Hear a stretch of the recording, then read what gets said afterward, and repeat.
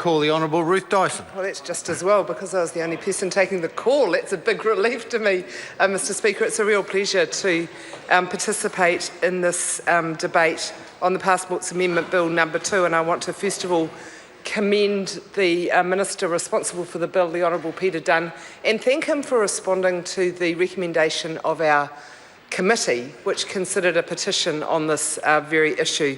It was a really interesting consideration of a petition, learning about the background to the move from the previous 10-year to 5-year passport, what other countries internationally had done, and of course how technology has moved on. It was a mature debate at our committee, and I know that the current membership will welcome this bill to be considered by new members of the committee. I want to recommend a more mature approach to consideration of policy issues, particularly to the sole member from the ACT party. I think he's got a contribution to make to this House. I probably won't ever agree with him, I hope not. It's unlikely, but I still think it's in a democracy, in a valuable democracy such as this Parliament, then we should have different views heard. But I think it would be a good thing for him to consider contributing to a debate in a less ideological and less entrenched position. We all agree on this bill. It would be good to say things have moved on, we've changed our mind, instead of trying to throw grenades at a government that changed the law probably around the year he was born. It was not that long ago. He's a young man. But I'd recommend that. And if the member doesn't want to take my advice on his contribution in a better form, let me just say 2 words to him about this issue. David Garrett. I wouldn't go there if I was you. I bet that party wished they had never, ever gone near that person. But the issues of identification, the issues of fraud, the issues of misrepresentation, the potential threat to our security, all bring David Garrett to mind actually, but that was the very reason that at the time officials recommended, and the government that I was proud to be part of accepted, the proposal that we move from 10 years to 5 years. Since that time, my colleagues Trevor Mallard, the Honourable Trevor Mallard, fine chair of committee on occasions, and the Honourable Phil Goff, both have campaigned really hard within our party and outside it actually for the return of a 10-year passport. They were both heavily involved in the discussion at the time when we moved from 10-year to 5 years, understood the increased threat and risk and our lack of confidence in the security of our systems at the time. They said things had moved on. They persuaded Labour of that. It was our policy at the last election to return to 10-year passports. They argued it strongly when the petition came to our select committee, and I think it was a member of Mr Seymour's party actually brought that. You'd know all the members of your own party by name, I presume. Kyle Lockwood, and he was very adequately supported by Jordan Williams from the Taxpayers something or other union.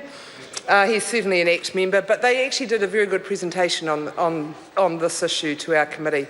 So through all those pre-discussions, as I say, Mr Speaker, we've learnt a lot about the changes. About what?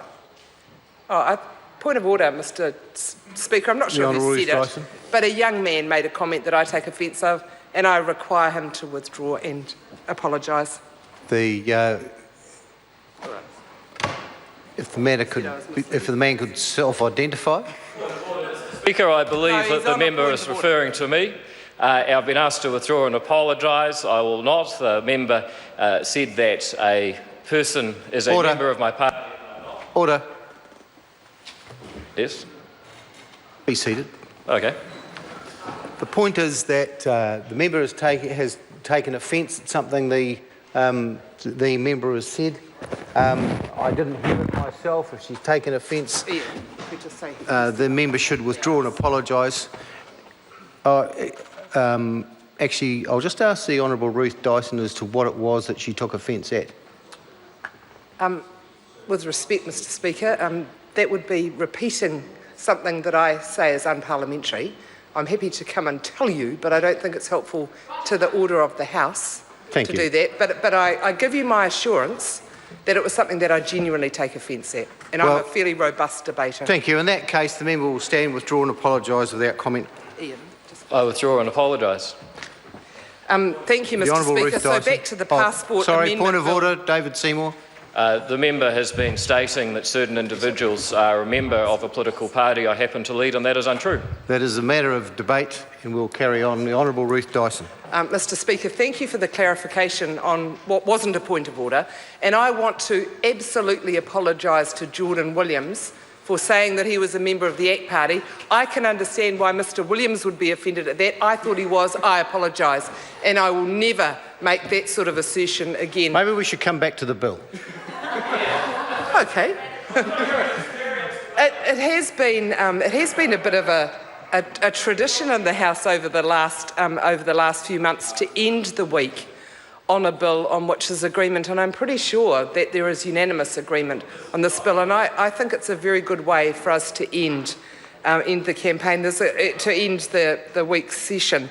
I want to make a couple of comments on the specifics of the bill. It's interesting that technology doesn't seem to allow us to replace photos of children, so children are still going to have 5-year passports because their looks change more frequently than that of adults, and I would have thought that there may have been enhanced technology to enable a photo to be updated as a child ages rather than the entire passport having to be renewed.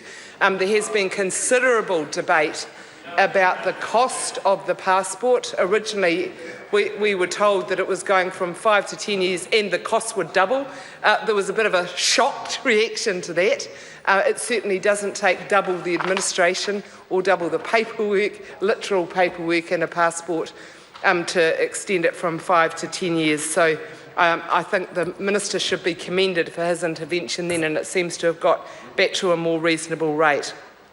There are some other specific areas in the bill that I think will warrant quite close attention from the Select Committee. We want to get this right. We want to make sure that the original reasons that we changed from 10 years to 5 years, and that was, as I say, our lack of confidence in the robustness of our system so that we could have confidence that it wasn't being used for fraud, that it wasn't being used as a way of having people enter our country when we didn't want them to, or that they were able to change identity or misuse passports in any fraudulent way. So those issues I think we'll want to re-examine at the Select Committee, and we've had a good advance on that through the petition deliberation.